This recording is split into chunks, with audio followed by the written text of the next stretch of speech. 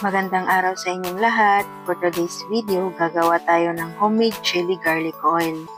Swak na swak pang ulam, pang sausawan o pang business.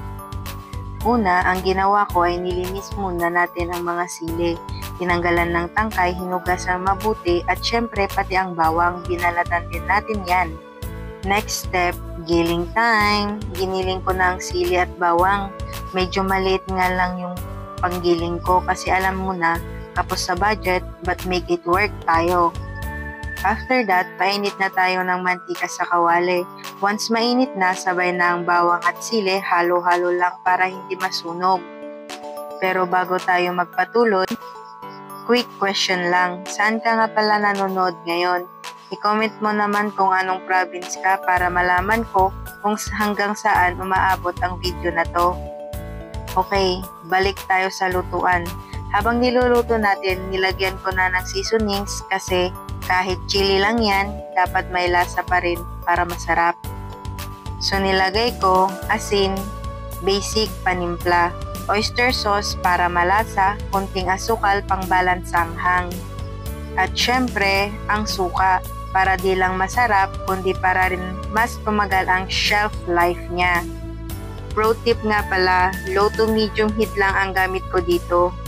Mas maganda yung dahan-dahang luto kaysa pag minadali mo, either sunog o hilaw. Dito talaga papasok ang patience, pero worth it, promise. Grabe nga pala yung amoy habang niluluto ko. Sobrang tapang ng sili, pero ang bango rin dahil sa bawang na nakahalo. 2 kilo nga pala yung niluto ko ngayon. Kaya yung mga ingredients, tansya-tansya na lang.